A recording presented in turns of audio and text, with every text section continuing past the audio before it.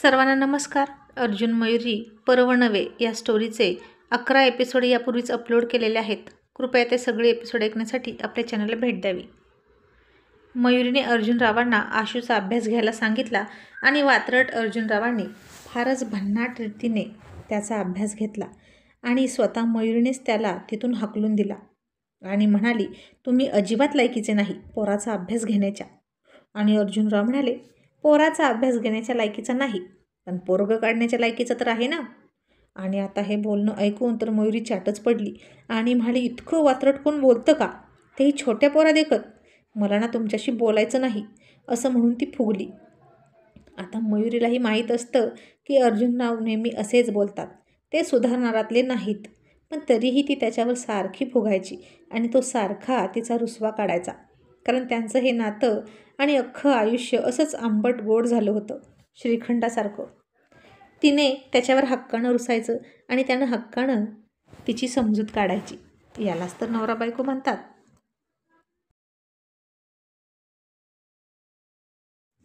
मग अर्जुनराव सोफ्यावर बसले निवांत मोबाईल बघत. त्यांना तर काय तेवढंच पाहिजे होतं. आणि तिथे आशू आला आणि म्हणाला, बाबा शिकवा ना मला स्पेलिंग बनवायला, तुमचं इंग्लिश छान आहे ना असं आई म्हणते. अर्जुनराव म्हणाले, असं तुझ्या आईला वाटतं, पण तुला काय वाटतं? आशू म्हणाला, मला पण आवडतं तुम्ही शिकवलेलं, तुमचं इंग्लिश चांगलं आहे बाबा. अर्जुनराव म्हणाले, तुला आवडतं, पण तुला शिकवलेलं तुझ्या आईला आवडत नाही. आता काय माझं चुकलं तूच सांग. नीट आय घाल असंच म्हणालो ना, तू नव्हती ना तिथे आय घातली. आता आशू पुन्हा हसायला लागला आणि मयुरी आणखीन चिडली. अर्जुनराव पुन्हा त्यांची खदखद व्यक्त करत म्हणाले, इथे ना माझ्या टॅलेंटला अजिबात वाव नाही, सतत माझं टॅलेंट दाबलं जातं. मयुरी ओरडून म्हणाली, तुमचं टॅलेंट ठेवा तुमच्याकडेच, नाहीतर रस्त्यावर जाऊन दाखवा, 4 पैसे तरी मिळतील. आणि अर्जुनराव तिच्याकडे बघून म्हणाले, बघ आशू, असं आहे हिचं काम. आता माझ्याकडे इतकं टॅलेंट आहे, इतका उत्साह आहे, तर मी काय करू? पण बघितलं ना आता कशी बोलली तुझी आई. आशू त्याच्या महाबनेल बाबांना समजावत म्हणाला, जाऊ द्या ना बाबा, कुठे आईकडे लक्ष देता, मी सांगतो ना तुम्हाला, शिकवा तर शिकवा. मयुरी म्हणाली, आशू फक्त जे शिकायचं तेच शिकायचं आहे त्यांच्याकडून, तेच शिक, सगळं शिक्षण शिकून घेऊ नकोस. आणि अर्जुनराव पुन्हा त्याला म्हणाले, आशू हे मात्र बरोबर आहे बरं का, मी तुला शिकवताना सगळं बोलत जाईन. त्याचं काय आहे ना, माझा स्वभावच असा आहे रे, मला हातचं राखून वागताही येत नाही आणि बोलताही येत नाही. मोकळा ढाकळा गडे आहे मी, जसं असेल जसं जमेल तसं नैसर्गिकपणे बोलतो, अगदी झऱ्यासारखा. स्वच्छंदी आहे मी काही नळातल्या पाण्यासारखं नाही, हवं तेव्हा चालू केला आणि हवं तेव्हा बंद केला. आता अर्जुनरावांनी स्वतःचं वर्णन खूप सुंदररित्या केलं होतं. खरंच ते खळखळ वाहणाऱ्या झऱ्यासारखेच होते, मोकळे ढाकळे चैतन्यानं भरलेले.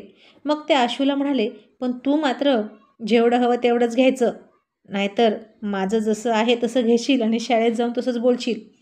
शाळेत शाळा करायची नाही, समजलं? आता अर्जुननं असं सांगितलं. आणि समाजात अनेक वाईट चांगल्या घटना असतात, आपल्याला जे योग्य वाटतं तेच घ्यायचं. पण आता स्वभावाचं काय करायचं? जो स्वभाव वडिलांकडून वारसा हक्काने आलेला, तो कसा काय बदलायचा? मग अर्जुनराव पुन्हा वही पेन घेऊन बसले शिकवायला. आणि एवढ्यात आशूचं लाडकं मांजर पुन्हा तिथून पळालं. आणि आशू म्हणाला, बाबा थांबा हो जरा, ह्याच्या आईच्या ह्याच्या इथं आतच घुसतंय सारखं. आणि आता हे ऐकून मयुरीने पुन्हा अर्जुनरावांकडे डोळे मोठे करून पाहिलं. आणि अर्जुनराव जीभ चावली आणि म्हणाले, आशू चल आपण बेडरूममध्ये जाऊया. त्याचं काय आहे ना, 4 झाडूचे फटके पडले तरी बेडरूममध्येच पडतील, आपली इज्जत बेडरूमच्या बाहेर जाणार नाही ना. तसा आशू पुन्हा हसला. मयुरीला मात्र अजिबात हसायला आलं नाही. अर्जुनराव बेडरूममध्ये गेले आणि आशूला काही स्पेलिंग दिली आणि त्याचं रिपिटेशन करायला सांगितलं आणि किचनमध्ये तिच्याकडे आले. आणि आता किचनमध्ये तर गॅसपेक्षा जास्त ती हॉट वाटत होती आणि तिला चहा उकळायला ठेवला होता तिनं.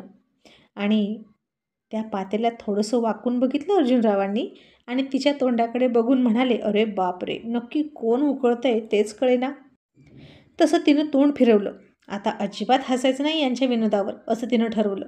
मग आता बराच वेळ झालं ती सुद्धा गप्प होती आणि तो सुद्धा चहाची वाट बघत तिथेच बसला होता. इतक्यात सचिनही आला आणि म्हणाला, वहिनी चहा. मयुरी म्हणाली, देते हां भाऊजी, बसा तुम्ही तिथे. सारखी सारखी किचनमध्ये लुडबुड करायची गरज नाही. असं मयुरी अर्जुनकडे न बघताच त्याला टोमणा मारत म्हणाली. आणि अर्जुनराव म्हणाले, सचिन, मिळेल हा तुला चहा?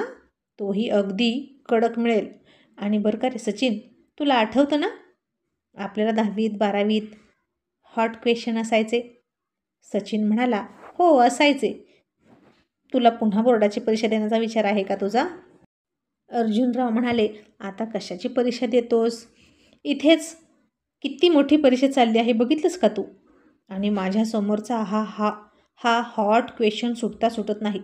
पण तरीही मला की नाही शाळेत असताना आणि कॉलेजमध्ये असतानासुद्धा आणि आत्तासुद्धा हॉट क्वेश्चनच आवडतात. असं म्हणून त्यानं तिच्या खांद्यावर हात ठेवला आणि तिने चिडून फटका दिला. आणि अर्जुनराव भाजल्यासारखं नाटक करत म्हणाले, बघ सचिन, चटकाच बसला आहे की नाही हॉट? मग मयूरने 2 कप भरले, डायनिंग टेबलकडे घेऊन गेली. आणि अर्जुनरावांना वाटलं तिने त्याचाही कप तिकडेच नेला आहे की काय, म्हणून तो तिच्या मागे मागे गेला आणि लाडालाडातच टेबलवर बसला. पण आता मयुरीने 1 कप दिला सचिनला आणि दुसरा स्वतः घेऊन बसली. आणि अर्जुनराव तिच्या तोंडाकडे बघत तसेच बसले. आता सचिन खूप हसत होता गालातल्या गालात. आणि आज बहुतेक घरच्या गृहलक्ष्मीला अर्जुनरावांनी कडक लक्ष्मी करून टाकलं असं सचिनला वाटलं. पण आपले अर्जुनराव तरी काही कमी होते का? बायकोसमोर जर हार मानली तर ते अर्जुनराव कसले? तिनं चहाचे 2 घोट घेतले आणि पटकन तिच्या हातातला कप ओढून घेतला आणि स्वतःच्या तोंडाला लावला आणि म्हणाला, सचिन, तुझ्या चहापेक्षा माझा चहा खूप गोड आहे बरं का. कोणाच्या तरी ओठांचा मध्यात मिसळला आहे. तशी मयुरी आता लाजायला लागली आणि गुपचूप दुसरा कप आणायला गेली आणि तिकडेच चहा पीत बसली. आणि अर्जुन सचिनला डोळा मारत म्हणाला, सचिन, माझं लोणी वितळतंय ना, बघ बरं जरा. ती हसायला लागली ना. सचिनने पाहिलं तर ती खरंच हसत होती. आणि तो म्हणाला, हो रे, तुझं बरोबर आहे. तुझ्यावर जास्त काळ कोणी चिडू शकत नाही. आणि अर्जुनराव त्याला म्हणाले, तुझा चहा झाला ना पिऊन, चल आता निघ इथून. सचिन म्हणाला, का रे, आजचा तुझा क्वेश्चन फारच हॉट आहे. तो तुला सुटणार नाही सहजासहजी, हे विसरू नकोस. अर्जुन म्हणाला, तेच तर करायचं आहे. या क्वेश्चनला आता साम दाम दंडभेद वापरून सोडवावं लागणार आहे. तुझ्या देखत जर काही करायला गेलो तर आणखीन प्रश्नचिन्ह वाढून बसेल. सचिन म्हणाला, पण झालंय काय, इतक्या का चिडल्या वहिनी? आणि अर्जुन म्हणाला, काही नाही रे, ते आपलं नेहमीचंच, मुलांचे संस्कार वगैरे वगैरे. आता मी काय असंस्कारी आहे का, तूच सांग बरं. माणूस जसा बोलतो तसं त्याचं कॅरेक्टर नसतं ना रे. पण हे आमच्या बायकोला कोणी सांगायचं? या बायकांना पुरुषांना अजिबात जगू देत नाहीत. मी ना आता पुरुषमुक्ती संघटना स्थापन करणार. लहान असताना लहान आहे म्हणून दम मिळायचा आणि आता मोठे झाल्यावर घरात लहान मुलं आहेत म्हणून दम मिळतोय. आधी म्हणायचं मोठा झाल्यावर हे कर ते कर आणि मोठं झाल्यावर म्हणायचं लहान आहेस का असं करायला. कसं जमतं यांना काय माहीत असलं सगळं. मग सचिन हसला आणि म्हणाला, चालू दे बाबा तुझा विषय खूपच गहन आहे. अर्जुनराव म्हणाले, गहन नाही रे, गंभीर असतो. पण कितीही गंभीर विषय असला तरी मी खंबीर आहे. बरं चल, मी पळतो. असं म्हणून सचिन ऑल द बेस्ट म्हणून गेला. मग अर्जुनराव पुन्हा घसा साफ करत तिच्या पाठीमागे गेले आणि म्हणाले, मयू, मी तुझी काही मदत करू का गं? असं त्यानं 1-2 वेळा विचारलं. आणि मग म्हणाला, तिच्या कानात मळ झाला आहे की काय, कसलंच ऐकायला येत नाही वाटतं.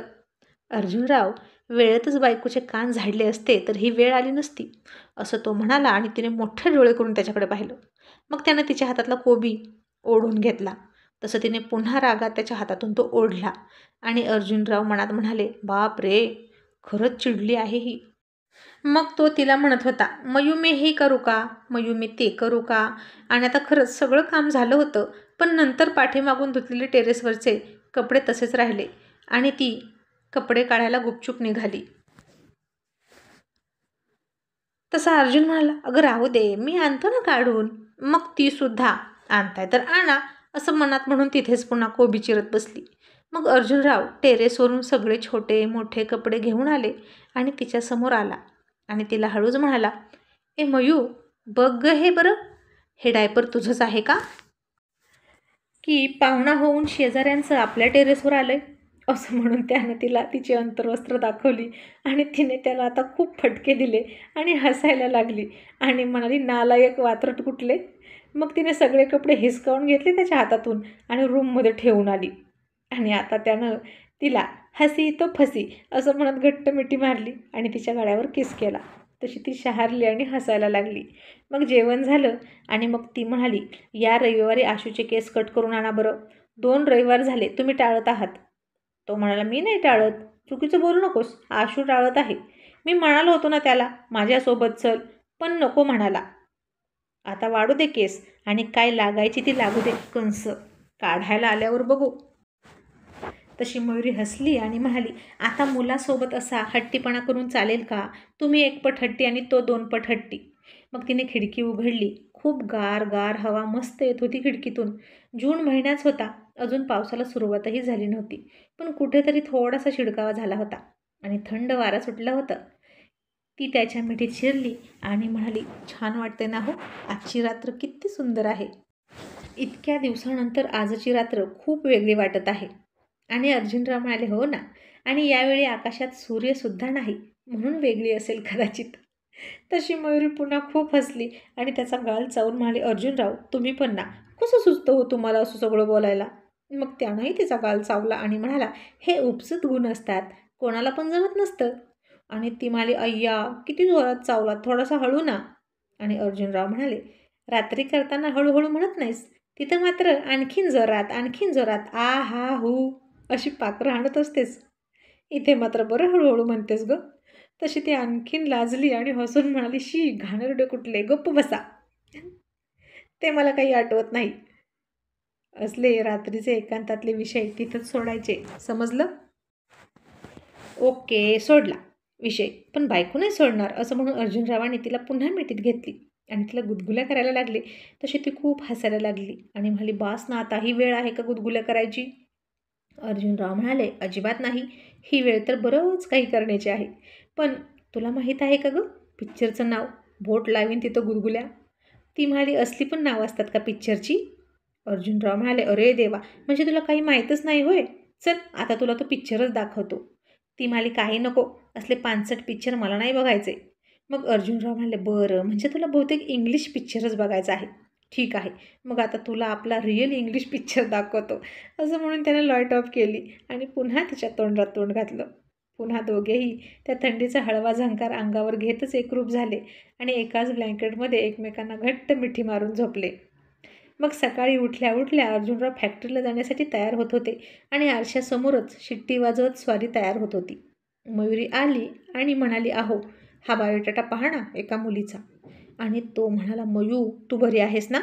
म्हणजे माझी तशी काही हरकत नाही, पण मला आता मुलींचे बायोडाटे दाखवून तुझ्याच पायावर कुऱ्हाड मारून घेतेस का.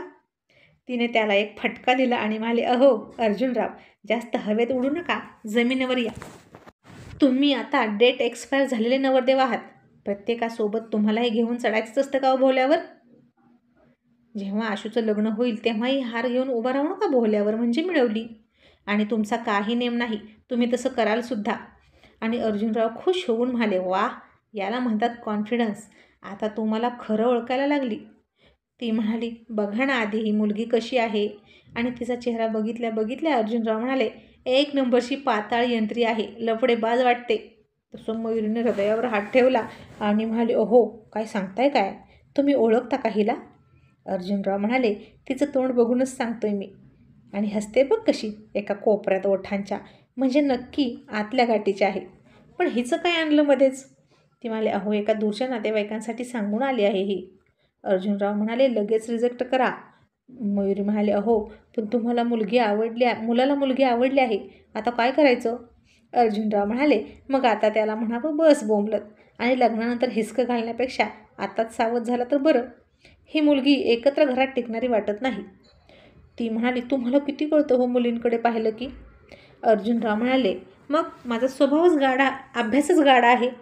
पण याचा अर्थ असा नाही की मी सतत मुलींकडेच बघत बसतो. आणि उगीच नाही मी तुला चॉईस केली. मयुरी म्हणाली, पण आपलं कुठे एकत्र कुटुंब आहे. आपल्या घरात फक्त आपण दोघे आहोत, म्हणून कदाचित तुम्हाला असं वाटत असेल की मी एकत्र कुटुंबात राहण्याच्या लायकीचे आहे.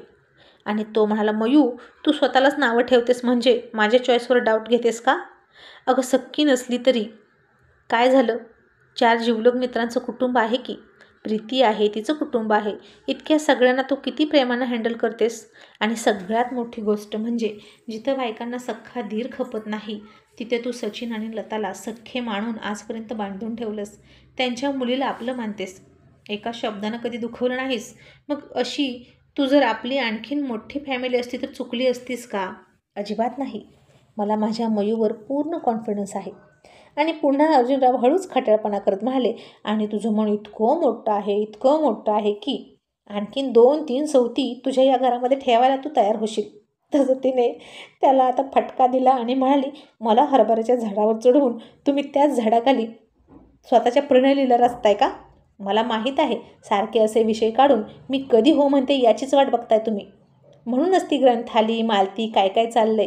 पण लक्षात ठेवा, असं जर काही झालं, माझ्या सवतीनं जर माझ्या घराचा उंबरा ओलांडला तर इथल्या इथे फास लावून घेतलाच म्हणून समजा मी.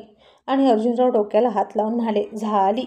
नेहमीप्रमाणे आजच्या दिवसाची सुरुवात सुद्धा धमकीनं झाली. आता असं टोकाचं बोलल्यावर बिचारा नवरा कशाला सवत आणेल ना. या घरात माझी एकही इच्छा पूर्ण होत नाही.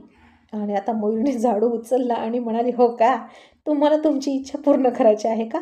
मग थांबा आता. आणि अर्जुनराव म्हणाले, बायको अगं प्रतिष्ठित नागरिक आहे मी या देशाचा, आता झाडून मारशील का? मयुरी म्हणाली, हो, म्हणजे तुमची प्रतिष्ठा आणखीन वाढेल. आणि अर्जुनराव म्हणाले, बापरे, अगं माझ्या बाजूला अशा 2-3 पटराण्या उभ्या असत्या म्हणजे माझी प्रतिष्ठा वाढली असती आणखीन. या घराला शोभासुद्धा आली असती. आणि मयुरी म्हणाली, आता ही आणखीन शोभा कोण? तो म्हणाला, अगं शोभा माहीत नाही का तुला? जशी कल्पना, जिज्ञासा तशीच ती शोभा. स्त्रीलिंगी नाव आहे ग, कोणी मुलगी नाही. आणि मयुरी म्हणाली, असं का, मग ठीक आहे. आणि मग अर्जुनराव पुन्हा हळूच तिला म्हणाले, ए बायको सांग ना, आणायची का ग शोभा घराला? तू परवानगी दिली तर आणीन. आणि ती खूप रागात म्हणाली, आणा, घेऊन या तुमच्या घरासाठी शोभा, कल्पना, जिज्ञासा, ग्रंथाली, मालती सगळ्या घेऊन या.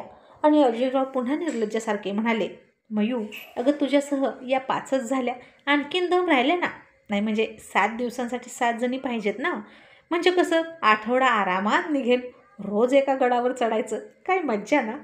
तसं तिला आता खूप राग आला आणि म्हणाली, आणि आता बाजारातून 7 झाडूसुद्धा आणा, रोज एकानं मार खायचा, किती मज्जा ना. असं म्हणून ती त्याच्या मागे झाडू उचलून पळाली. तसे अर्जुनराव बेडरूमचा दरवाजा लावून पळून गेले.